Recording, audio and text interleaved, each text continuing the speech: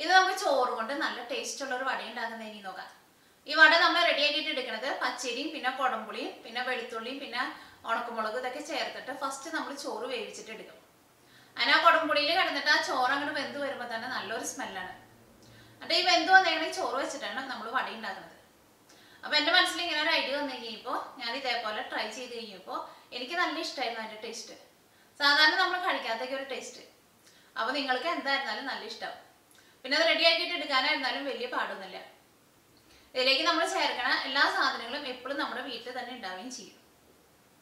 അപ്പോൾ നമുക്ക് നോക്കാം ഇതെന്നെ റെഡിയാക്കാൻ. ഇനി ഇത് റെഡിയാക്കാൻ വേണ്ട സാധനങ്ങൾ എന്തൊക്കെയാണെന്ന് നോക്കാം. അതിന് വേണ്ടിയിട്ട് ഇതേപോലത്തെ ഗ്ലാസ്സിൽ 1/2 ഗ്ലാസ് അരി എടുത്തിട്ടുണ്ട്. ഞാനിവിടെ പച്ചരിയാണ് എടുത്തേക്കുന്നത്. അതിപ്പോൾ ഏത് ടൈപ്പ് പച്ചരി ആയിരുന്നാലും കുഴപ്പമില്ല. ഞാനിവിടെ എടുത്തേക്കുന്നത് സോണ മസൂരി റൈസാണ് എടുത്തേക്കുന്നത്.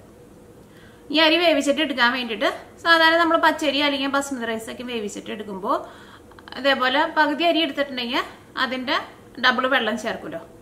അപ്പോൾ ഇതിലേക്ക് അരി വേവിക്കാൻ വേണ്ടിയിട്ട് ഈ ഗ്ലാസ്സിൽ 1 ഗ്ലാസ് വെള്ളവും വേണം. ഈ അരി വേവിച്ചിട്ട് എടുക്കുമ്പോൾ ഇതിലേക്ക് നമുക്ക് കുറച്ച് സാധനങ്ങളൊക്കെ കൂടി ചേർത്തിട്ടാണ് അരി വേവിച്ചിട്ട് എടുക്കുന്നത്. അപ്പം അതിന് വേണ്ടിയിട്ട് ഇതേപോലത്തെ ഒരു കഷ്ണം കുടംപുളി എടുത്തിട്ടുണ്ട്. ഇത്രയ്ക്ക് വലിപ്പമുള്ള കുടംപുളിയാണ് എടുത്തേക്കുന്നത്. ഒരുപാട് വലിയ പീസ് എടുക്കണ്ട, അപ്പോൾ ഭയങ്കരമായിട്ട് പുളി കൂടും. അപ്പോൾ ഇത് കുടംപുളി ഞാനിവിടെ ഫസ്റ്റ് നന്നായിട്ട് കഴുകിയിട്ട് ഇതേപോലെ ഇങ്ങനെ കുറച്ച് വെള്ളത്തിലൊന്ന് കുതിരാൻ വേണ്ടിയിട്ട് വെച്ചിട്ടുണ്ട്. അതൊന്ന് കുതിരാൻ വേണ്ടിയിട്ടൊന്ന് വയ്ക്കണം കുടംപുളി. പിന്നെ 2 നുള്ള വലിയ ജീരകം വേണം. വലിയ ജീരകം എന്ന് വെച്ചിട്ടുണ്ടെങ്കിൽ പെരിഞ്ചീരകം.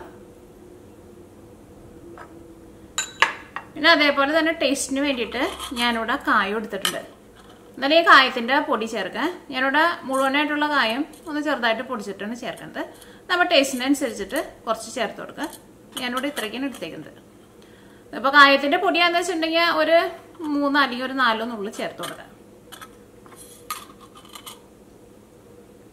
പിന്നെ ഇതിലേക്ക് ഉണക്കമുളക് വേണം.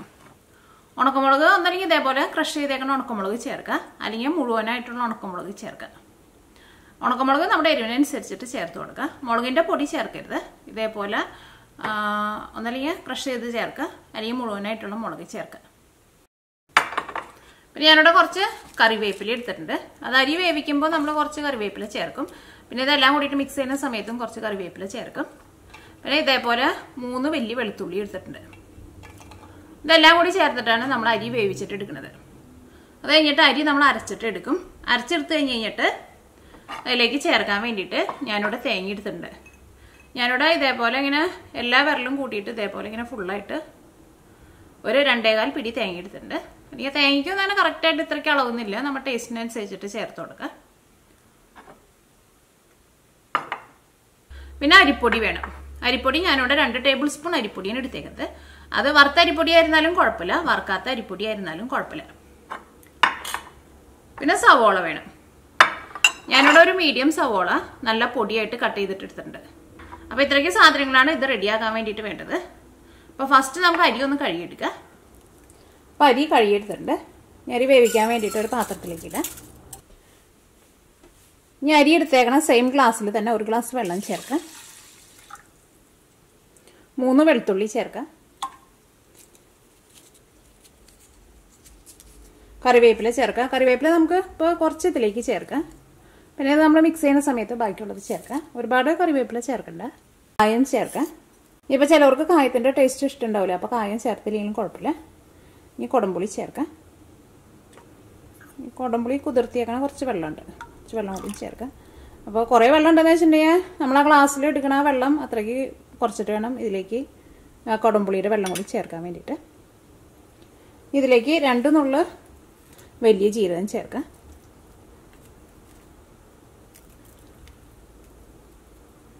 അപ്പോൾ ഒരു ഏകദേശം ഒരു 1/4 ടീസ്പൂണിൻ്റെ അടുത്ത് ജീരകം ഞാൻ ചേർത്തിട്ടുണ്ട്. ഇതിലേക്ക് ക്രഷ് ചെയ്തേക്കണം ഉണക്കമുളക് ചേർക്കാം.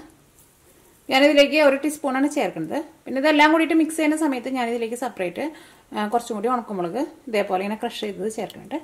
അപ്പോൾ മുഴുവനായിട്ടുള്ള മുളകാന്ന് വെച്ചിട്ടുണ്ടെങ്കിൽ ഒരു 3 മുളക് ചേർക്കാം. ഇതിലേക്ക് ആവശ്യത്തിന് ഉപ്പ് ചേർക്കാം. ഈ തീ ഉണക്കാം. ഇതെല്ലാം കൂടിയിട്ടൊന്ന് മിക്സ് ചെയ്യാം. ഈ സാധാരണ നമ്മൾ അരി വേവിക്കുന്ന പോലെ മൂടി വെച്ചിട്ട് അരി വേവിച്ചിട്ടെടുക്കുക. അരി നന്നായിട്ട് തിളച്ച് കഴിഞ്ഞ് കഴിയുമ്പോൾ പിന്നെ തീ നന്നായിട്ട് കുറച്ച് വെക്കണം. തീ എങ്ങാനും കൂട്ടി വെച്ചിട്ടുണ്ടെങ്കിൽ അരി വേവില്ല, അരിയുടെ വെള്ളമൊക്കെ കൊണ്ട് വറ്റിപ്പോവും. അപ്പോൾ ചോറ് നന്നായിട്ട് തിളച്ച് കഴിഞ്ഞ് കഴിയുമ്പോൾ പിന്നെ തീ എന്തോരം കുറച്ച് വെക്കാമോ അത്രയ്ക്ക് കുറച്ച് വെക്കണം. പിള്ളേർക്കും ചോറ് ഇതേപോലെ നമ്മൾ ഇങ്ങനെ വെള്ളം ഊറ്റി കളയാണ്ട് ഇങ്ങനെ വേവിച്ചിട്ട് എടുക്കുമ്പോൾ ഇപ്പോൾ ബസ്മതി റൈസ് ആയിരുന്നാലും എന്ത് അരി ആയിരുന്നാലും നല്ല സോഫ്റ്റായിട്ട് നമുക്ക് വെന്ത് കിട്ടുള്ളൂ.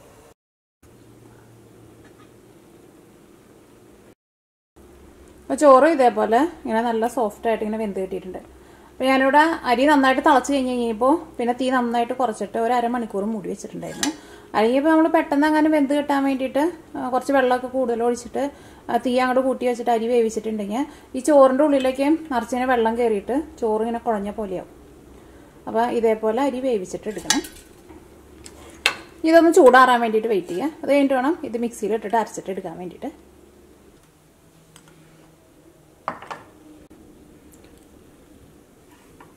ഇപ്പോൾ ചോറ് നന്നായിട്ട് ചൂടാറിയിട്ടുണ്ട്.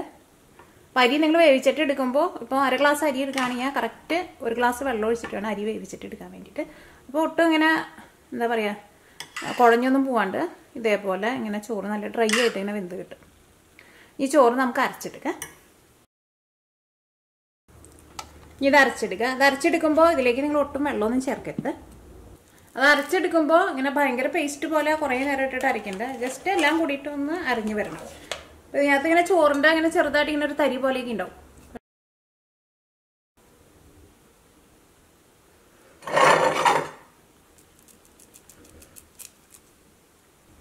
ഇതിലേക്ക് സവോള നമ്മൾ നല്ല പൊടിയായിട്ട് കട്ട് ചെയ്ത് വെച്ചിട്ടുണ്ടല്ലോ അത് ചേർക്കാം. തേങ്ങ ചേർക്കാം.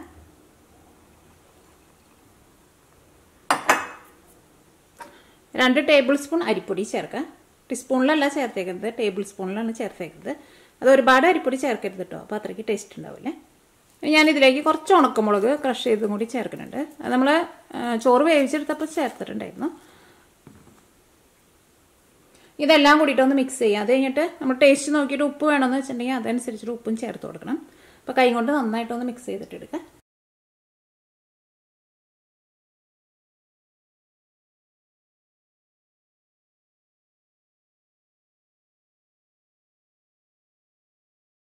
അപ്പോൾ അത് കുറച്ച് ഉപ്പ് കുറവുണ്ട്, അതിലേക്ക് കുറച്ച് ഉപ്പും കൂടിയും ചേർക്കുന്നുണ്ട്.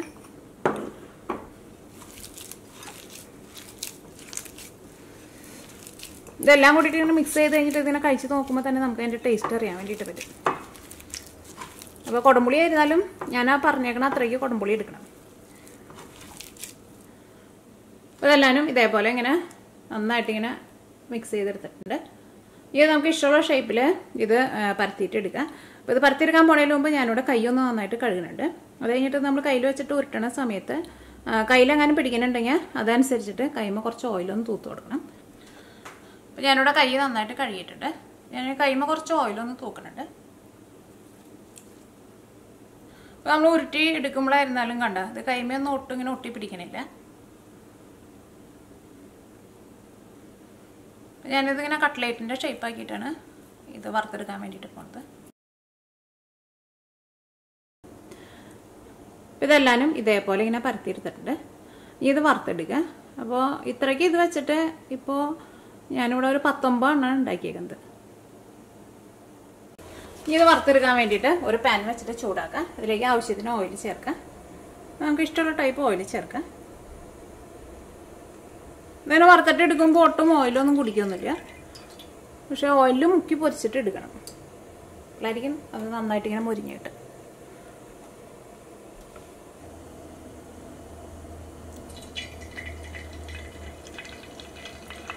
ഓയിൽ നന്നായിട്ട് ചൂടായിട്ടുണ്ട്.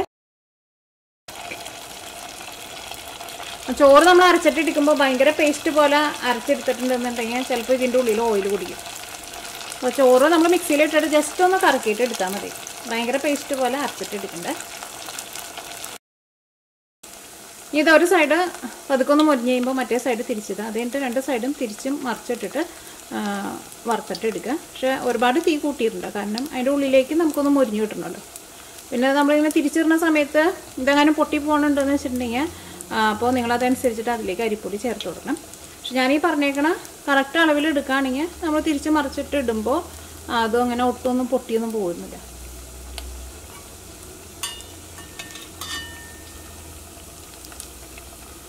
ഒരു സൈഡ് പതുക്കൊന്ന് മുരിഞ്ഞ് കഴിഞ്ഞിട്ട് മാത്രം മറ്റേ സൈഡ് തിരിച്ചിട്ടാൽ മതി.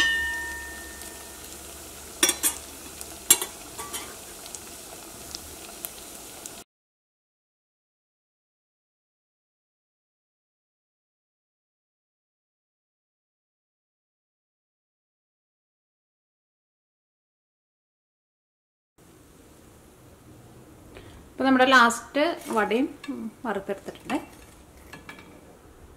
അപ്പോൾ നമ്മുടെ വട റെഡി ആയിട്ടുണ്ട്. നിങ്ങളിത് എന്തായിരുന്നാലും നിങ്ങളിത് ട്രൈ ചെയ്ത് നോക്കണം. നിങ്ങൾക്ക് എല്ലാവർക്കും എന്തായിരുന്നാലും നല്ല ഇഷ്ടമാവും. നല്ല അടിപൊളി ടേസ്റ്റാണ്.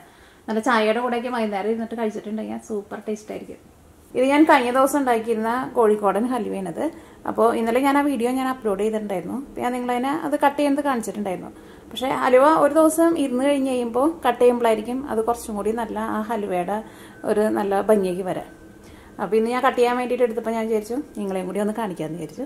അപ്പോൾ ഇത് ഒരു ദിവസം ഇരുന്നിട്ടുണ്ട് ഹലുവ. അപ്പോൾ നിങ്ങൾ കട്ട് ചെയ്യുമ്പോൾ ഒരു ദിവസം ഇരുന്ന് കഴിഞ്ഞിട്ട് വേണം ഹലുവ എടുക്കാൻ വേണ്ടിയിട്ട്. അപ്പോഴായിരിക്കും ആ ഹലുവയുടെ ശരിക്കുള്ള ആ ടെക്സ്ചറൊക്കെ കിട്ടുക.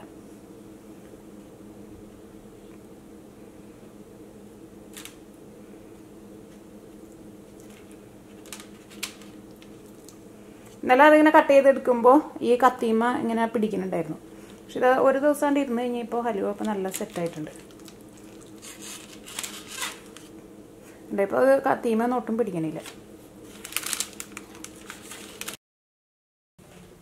അപ്പോൾ നമ്മുടെ കോഴിക്കോടൻ ഹലുവ ഇതേപോലെ ഇങ്ങനെ ഇരിക്കും. അപ്പോൾ നിങ്ങൾ ഒരു ദിവസം ഒന്ന് കഴിഞ്ഞ് കഴിഞ്ഞിട്ട് വേണം ഹലുവ കട്ട് ചെയ്യാൻ വേണ്ടിയിട്ട്. അപ്പോഴായിരിക്കും ആ ഹലുവയുടെ ശരിക്കുള്ള ടെക്സ്ചർ കിട്ടുക. അപ്പോൾ നിങ്ങളെല്ലാവരും ട്രൈ ചെയ്ത് നോക്കണം. ഇതിന് ശരിക്കും നമ്മൾ ബേക്കറിയിലേക്ക് പോയിട്ട് വാങ്ങണ സെയിം ടേസ്റ്റ് തന്നെ കിട്ടും.